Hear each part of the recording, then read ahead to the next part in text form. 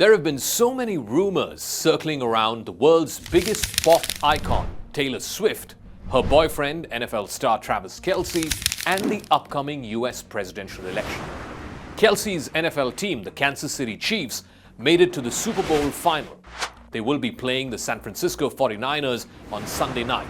It's the fourth time in 5 years that Kelce's team have made it to the Super Bowl, but it's the first time after his romantic affair with Swift. But Donald Trump's supporters, the Make in America Great Again crowd, they have been having a total meltdown over Taylor and Travis. On Crux Decode, why do Trump Republicans love to hate America's hottest couple?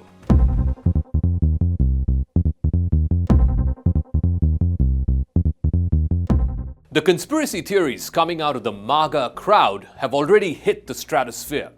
That Taylor Swift is a secret Pentagon agent, that she's revving up her fan base, getting ready for an official endorsement of President Biden for the November election. But it also gets personal and sometimes dirty for Taylor and Travis.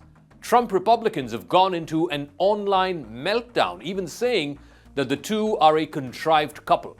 The conspiracy theory is that they have been put together in some kind of fake romance to boost sagging NFL ratings, or worse still, to save the Democrats and their plummeting fortunes ahead of the November election. The pro-Trump broadcaster Mike Crispy was the one who first started this off, saying that the NFL is rigged in order to spread Democrat propaganda. He went on to predict that the Kansas City Chiefs will win the Super Bowl, Swift will come out at halftime and endorse Joe Biden along with Kelce, who will be at midfield. Other detractors of Swift are among Trump's biggest fans. One of them happens to be his lawyer, Alina Habba, one of his biggest conspiracy theorists, Jack Posobiec, and other MAGA luminaries like Laura Loomer and Charlie Kirk. The right wing has been fuming about Taylor Swift since September last year. Back then, Swift had urged her fans on Instagram, and she's one of the most widely followed stars anywhere in the world with over 1 million followers. She had asked her fans to register to vote. In response, there was an instant spike of 35,000 new registrations, according to the online portal vote.org. Swift had then embarked on a world tour called the Eras Tour, which helped make her a trillionaire. There were in fact news articles about how Taylor Swift has become so big she's moving the US economy. And then Time magazine made her the Person of the Year in December. And that kicked off another round of MAGA indignation. But not all Republicans are fuming at Taylor and Travis. Liz Cheney, the daughter of former Vice President Dick Cheney, has weighed in on this sweet new couple on the block. And she's pretty much guaranteed another meltdown amongst Donald Trump's supporters.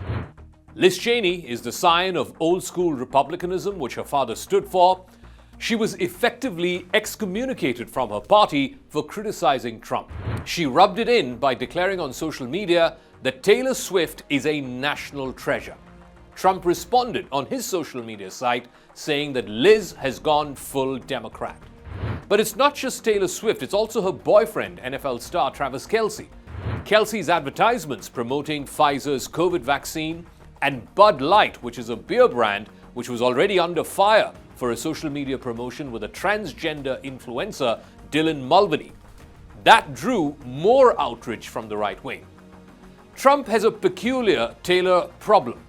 Trump's presidential campaign first tried to ignore the swirl of baseless conspiracy theories among some of his supporters. Many of them believe that Swift and Kelce are performing a fake, made-for-television romance which has been contrived by the Democrats and by the NFL. The motive is to whip up interest ahead of a rigged Super Bowl when they will endorse President Biden together. Now, initially, the Trump campaign ignored these rumors. Then they started reacting to it. And finally, they seem to have settled on the strategy that no amount of Swiftie endorsement can save Joe Biden. Conservative hostility to Swift has been simmering ever since she dipped into partisan politics back in 2018 and in 2020.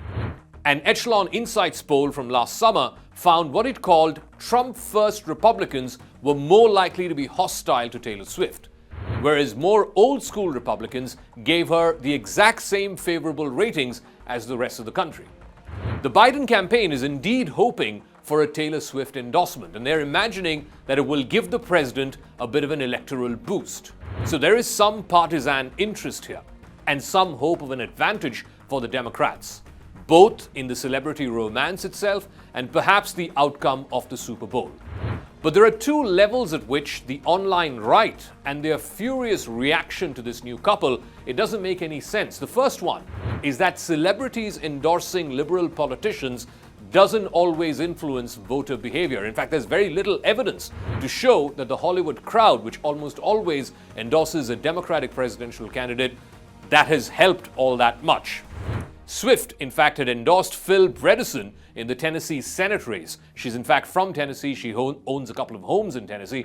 But Bredesen lost to Marsha Blackburn, and that too by a wide margin of more than 10 points. Incidentally, Donald Trump had endorsed Marsha Blackburn. Taylor Swift also endorsed Joe Biden in 2020, and he won that election. But no one is quite looking back and saying that Taylor Swift was the swing factor in the 2020 election. But here's the rub.